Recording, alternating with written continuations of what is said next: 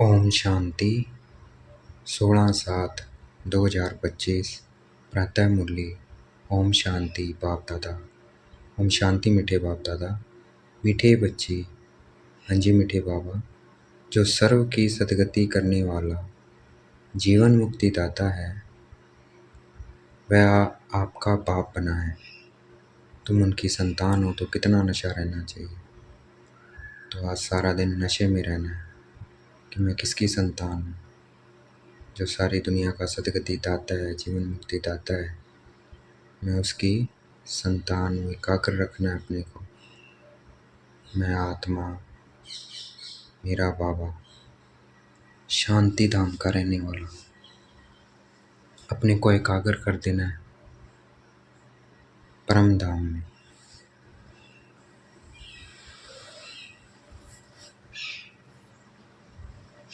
बाबा के पास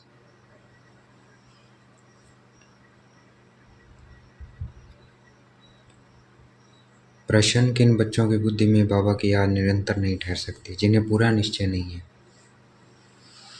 जिनको पूरा निश्चय नहीं है कि मैं किसकी संतान हूँ, उनकी बुद्धि एकाग्र नहीं हो सकती। हमको कौन सिखला रहे हैं, यह जानते नहीं तो याद किसको करेंगे।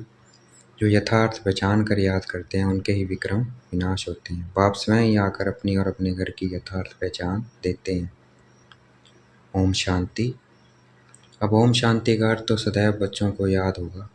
हम आत्मा हैं, हमारा घर है निर्वाण धाम व मूल वतन।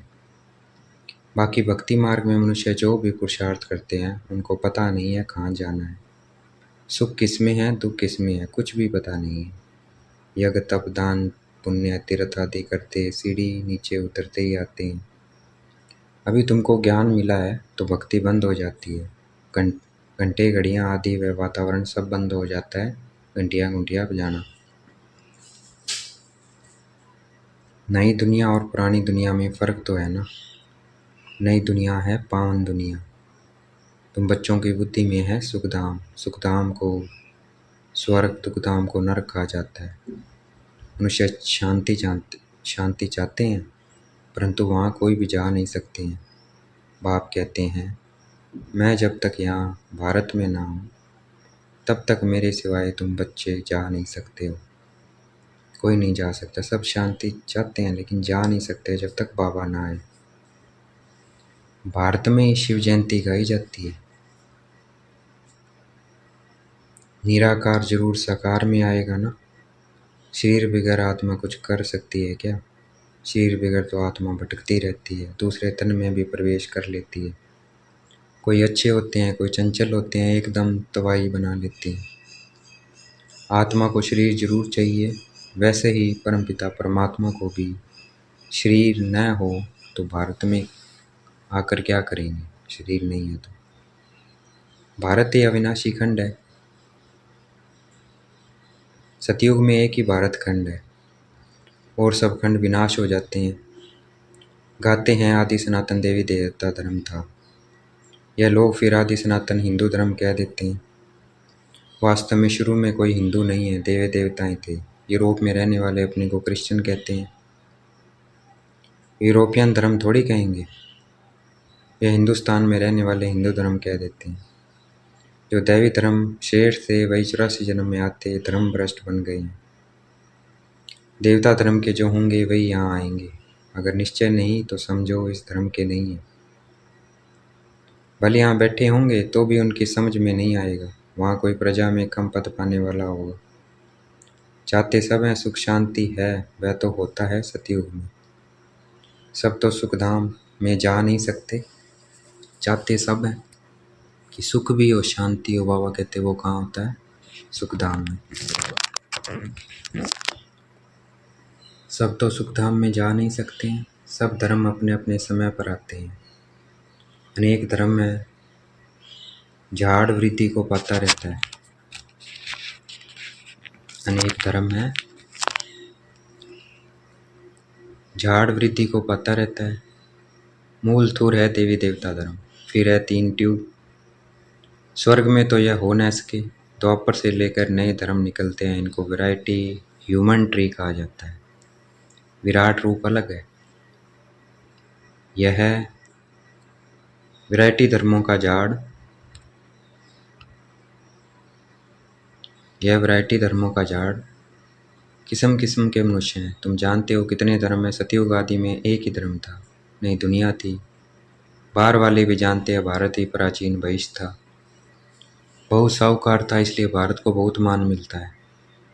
कोई साहूकार गरीब बनता है तो उस पर तरस खाते हैं, बेचारा भारत क्या हो पड़ा है। यह भी ड्रामा में पार्ट है, कहते भी हैं।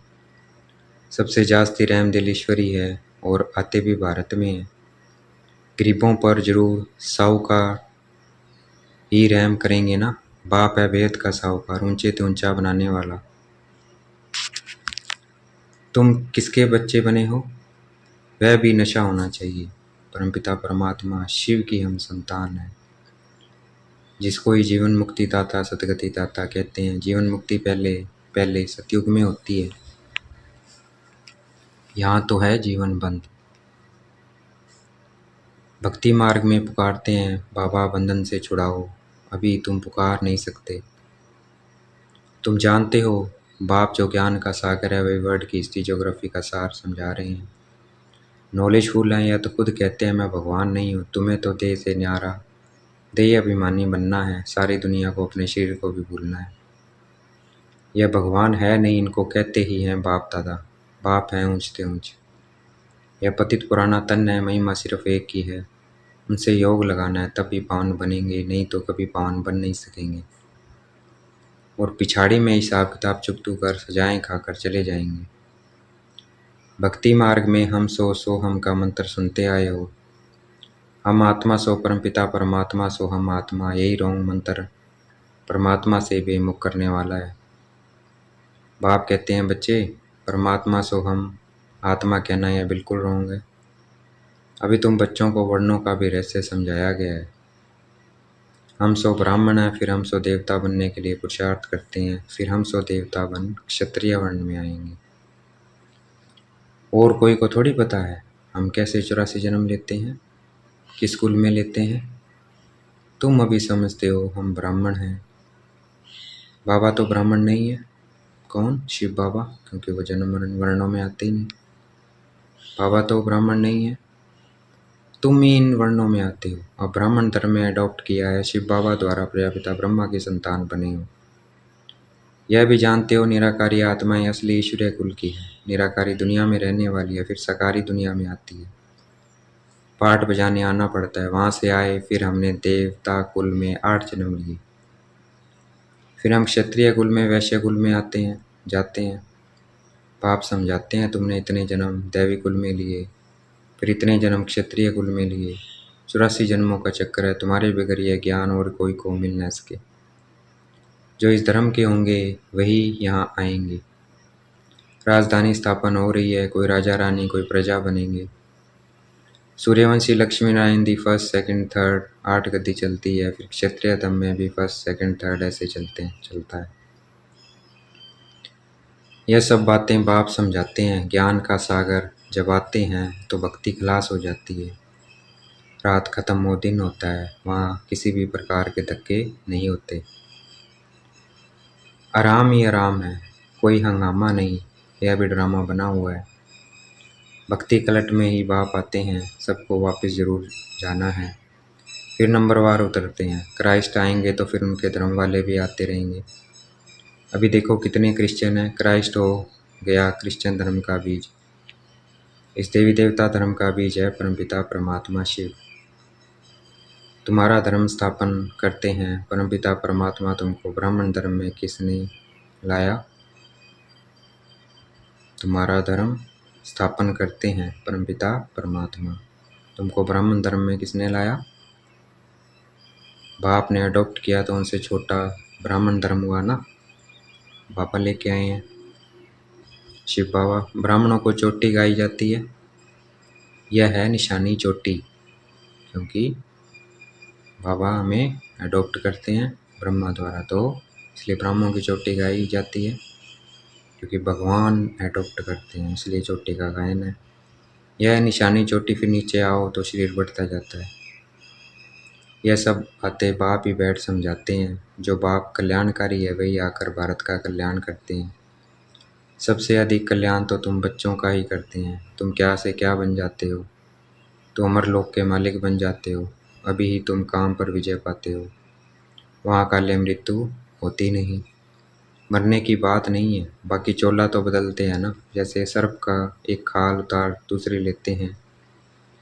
यहाँ भी तुम यह पुरानी खाल छोड़ नई दुनिया में नई खाल लेंगे। सतयुग को कहा जाता है गार्डन ऑफ फ्लावर्स। कभी कोई कुवचन वहाँ नहीं निकलता। यहाँ तो है ही कुसंग, माया का संग है ना, इसलिए इनका नाम ही है रौरव नरक। जगह पुरानी होती है तो म्यूनसिपैलिटी वाले पहले से ही खाली करा देते हैं। बाप भी कहते हैं जब पुरानी दुनिया होती है तब हम आते हैं। ज्ञान से सद्गति हो जाती है। राजयोग सिखाया जाता है। भक्ति में तो कुछ भी नहीं है। हाँ, जैसे दान पुण्य करते हैं तो अल्पकाल के लिए सुख मिलता है। राजाओं को भी सन्यासी लोग वैराग्य दिलाते हैं। यह तो कागविष्टा समान सुख है। अभी तुम बच्चों को वेद का वैराग्य सिखाया जाता है। यह है ही पुरानी दुनिया। अब सुखधाम को याद करो, फिर वाया शांतिधाम यहाँ आना है। दिलवाड़ा मंदिर में हूबहू तुम्हारा इस समय का यादगार है। नीचे तपस्या में बैठे हैं, अभी का यादगार है दिलवाड़ा मंदिर। अभी हम बाबा की याद में बैठते हैं, अपने को आत्मा समझ। और स्मृति में क्या रहता है, सुखधाम, सतयुग, स्वर्ग, तो यही दिखाया है। हम सुखधाम को याद करो, फिर वाया शांतिधाम यहाँ आना है। दिलवाड़ा मंदिर में हूँ वो तुम्हारा इस समय का यादगार है, शांतिधाम और सुखधाम का। नीचे तपस्या में बैठे हैं, बाबा को याद कर रहे हैं। और ऊपर में स्वर्ग है, स्वर्ग दिखाया है। ऊपर क्यों दिखाया है, बनता तो भारत ही है, ऊपर इसलिए दिखाया है ऊंची स्थिति, ऊंचा है वो, सबसे पहला युग है स्वर्ग। नहीं तो स्वर्ग कहाँ दिखाए, मनुष्य मरते हैं तो कहेंगे स्वर्ग बता रहा। स्वर्ग को ऊपर में समझते हैं, परंतु ऊपर में कुछ नहीं है। भारत ही स्वर्ग, भारत ही नरक बनता है। यह मंदिर पूरा यादगार है। यह मंदिर आदि सब बाद में बनते हैं। स्वर्ग में भक्ति होती नहीं है, वहाँ तो सुख ही सुख है। बाप आकर सब राज समझाते हैं और सब आत्माओं के नाम बदलते हैं। शिव का नाम नहीं बदलता है, उनका अपना शरीर नहीं है। शरीर बगैर पढ़ाएंगे कैसे। प्रेरणा की तो कोई बात ही नहीं है। प्रेरणा का अर्थ है विचार। ऐसे नहीं ऊपर से प्रेरणा करेंगे और पहुंच जाएंगे, इसमें प्रेरणा की कोई बात नहीं है। जिन बच्चों को बाप की पूरी पहचान नहीं है, पूरा निश्चय नहीं है, उनकी बुद्धि में याद भी ठहरेगी नहीं। हमको कौन सिखला रहे हैं, वे जानते नहीं हैं तो याद किसको करेंगे। बाप की याद से ही तुम्हारे विक्रम विनाश होंगे। जो जन्म जन्मांतर लिंग को ही याद करते हैं, समझते हैं परमात्मा है, उनका यह चिन्ह है। वह है निराकार, साकार नहीं है। बाप कहते हैं मुझे भी प्रकृति का आधार लेना पड़ता है, नहीं तो तुमको सृष्टि चक्र का राज कैसे समझाऊं। यह रूहानी नॉलेज, रूहों को ही यह नॉलेज मिलती है, मतलब आत्मा को ही नॉलेज मिलती है, परमात्मा से, शरीरों को नहीं। रूहों को ही नॉलेज मिलती है। यह नॉलेज एक बाप ही दे सकते हैं। पुनर्जन्म तो लेना ही है, सब एक्टर्स को पाठ मिला हुआ है। निर्वाण में कोई भी जा नहीं सकता है, मोक्ष को पा नहीं सकते हैं। जो नंबर 1 विश्व के मालिक बनते हैं वही 84 जन्मों में आते हैं। चक्कर जरूर लगाना है। मनुष्य समझते हैं मोक्ष मिलता है, कितने मतांतर है, वृद्धि को पाते ही रहते हैं, वापिस कोई भी जाते नहीं है। बाप ही 84 जन्मों की कहानी बताते हैं, तुम बच्चों को पढ़कर फिर पढ़ाना है। यह रूहानी नॉलेज तुम्हारे सिवाय और कोई दे न सके। न शूद्र न देवताएं दे सकते हैं। सतयुग में दुर्गति होती नहीं है जो नॉलेज मिले। यह नॉलेज है ही सदगति के लिए। सदगति दाता लिबरेटर गाइड एक ही है। सिवाय याद की यात्रा के कोई भी पवित्र बन न सके। सजाएं जरूर खानी पड़ेंगी, याद से पवित्र बनेंगे, नहीं तो सजाएं खा के बनेंगे। पद भी भ्रष्ट हो जाएगा अगर सजाएं खाई तो। सबका हिसाब किताब चुकतू तो होना है ना। तुमको तुम्हारी ही बात समझाते हैं, और धर्मों में जाने की क्या पड़ी है। भारतवासियों को ही यह नॉलेज मिलती है। बाप भी भारत में ही आकर 3 धर्म स्थापन करते हैं। अभी तुमको शूद्र धर्म से निकाल उच्च कुल में ले जाते हैं, वह है नीच पतित कुल। अब पावन बनाने के लिए तुम ब्राह्मण निमित्त बनते हो। इनको रुद्र ज्ञान यज्ञ कहा जाता है। रुद्र शिव बाबा ने यज्ञ रचा है। इस वेद के यज्ञ में सारी पुरानी दुनिया की आहुति पढ़नी है। ये ऐसा यज्ञ है, इसमें सारी दुनिया की आहुति पढ़नी है। फिर नई दुनिया स्थापन हो जाएगी, पुरानी दुनिया खत्म होनी है। तुम यह नॉलेज लेते ही हो नई दुनिया के लिए। देवताओं की परछाई पुरानी दुनिया में नहीं पड़ती है। तुम बच्चे जानते हो कि कल पहले जो आए होंगे वही आकर ये नॉलेज लेंगे। नंबरवार पुरुषार्थ अनुसार पढ़ाई पढ़ेंगे। मनुष्य यहाँ ही शांति चाहते हैं। अब आत्मा तो है ही शांति धाम की रहने वाली, बाकी यहाँ शांति कैसे हो सकती है? इस समय तो घर घर में अशांति है, रावण राज्य है ना। सतयुग में बिल्कुल ही शांति का राज्य होता है, एक धर्म एक भाषा होती है। अच्छा, देखेंगे बाप दादा हमें याद प्यार दे रहे हैं। मीठे मीठे से गलते बच्चों प्रति माता पिता बाप दादा का याद प्यार। Good morning. रूहानी बाप की रूहानी बच्चों को नमस्ते। हमें भी याद प्यार देना। हम रूहानी बच्चों की रूहानी बाप दादा को दिल व जान शिकवा प्रेम से वेद का याद प्यार हो नमस्ते। धारणा के लिए मुख्य सार। इस पुरानी दुनिया से भेद का वैरागी बन अपनी देह को भी भूल शांति धाम और सुख धाम को याद करना है। निश्चय बुद्धि बन याद की यात्रा में रहना है। हम सो हम के मंत्र को यथार्थ समझकर अब ब्राह्मण सो देवता बनने का पुरुषार्थ करना है। सभी को इसका यथार्थ अर्थ समझाना है। आज का वरदान है, देखेंगे बाप दादा ने मस्तक पे हाथ रखा हुआ है, वरदान दे रहे हैं। अंतर्मुखी के अभ्यास द्वारा अलौकिक भाषा को समझने वाले सदा सफलता संपन्न भव। जितना जितना आप बच्चे अंतर्मुखी स्वीट साइलेंस स्वरूप में स्थित होते जाएंगे। अंतर्मुखी मैं आत्मा शांति धाम में, इसमें स्थित साइलेंस में। शांति धाम क्या है? साइलेंस है। तो अंतर्मुखी स्वीट साइलेंस स्वरूप में स्थित होते जाएंगे, उतना नैनो की भाषा, भावना की भाषा और संकल्प की भाषा को सहज समझते जाएंगे। यह 3 प्रकार की भाषा रूहानी योगी जीवन की भाषा है। यह अलौकिक भाषाएं बहुत शक्तिशाली है। समय प्राण प्रमाण तीनों भाषाओं द्वारा ही सहज सफलता प्राप्त होगी। इसलिए अब रूहानी भाषा के अभ्यासी बनो। तो हमें अब इस भाषा का अभ्यासी बनना है। आज का स्लोगन है, आप इतने हल्के बन जाओ जो बाप आपको अपनी पलकों पर बिठाकर साथ ले जाए। इतना हल्का बनना है। अव्यक्त इशारे हैं। संकल्पों की शक्ति क्षमा जमा कर शेष सेवा के निमित्त बनो।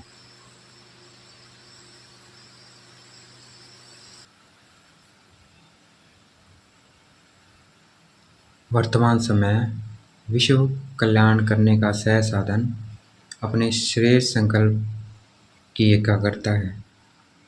इससे ही सर्व आत्माओं की भटकती हुई बुद्धि को एकाग्र कर सकेंगे। विश्व की सर्व आत्माएं विशेष यही चाहना रखती है कि भटकी हुई बुद्धि एकाग्र हो जाए, वह मन चंचलता से एकाग्र हो जाए। इसके लिए एकाग्रता अर्थात सदा एक बाप दूसरा न कोई, इस स्मृति से एक रस स्थिति में स्थित होने का विशेष अभ्यास करो। वर्तमान समय विश्व कल्याण करने का सह साधन है अपने श्रेय संकल्प की एकाग्रता। इससे ही सर्वात्माओं की भटकती हुई बुद्धि को एकाग्र कर सकेंगे। तो यही साइलेंस है, स्वीट साइलेंस है, एकाग्रता है, अंतर्मुखता है। इससे ही हम क्या कर सकते हैं? भटकती हुई आत्मा को एकाग्र। विश्व की सर्व आत्माएं विशेष यही चाहना रखती है कि भटकी हुई बुद्धि एकाग्र हो जाए, वह मन चंचलता से एकाग्र हो जाए। इसके लिए एकाग्रता अर्थात सदा एक भाव दूसरा न कोई, स्मृति से एक स्थिति में स्थित होने का विशेष अभ्यास करो। तो अभ्यास करना है स्वीट साइलेंस का। मैं आत्मा मेरा बाबा, मेरा तो एक शिव बाबा, दूसरा न कोई। नशे में रहना है। सर्व का सदगति दाता जीवन मुक्ति दाता कि मैं आत्मा संतान हूँ।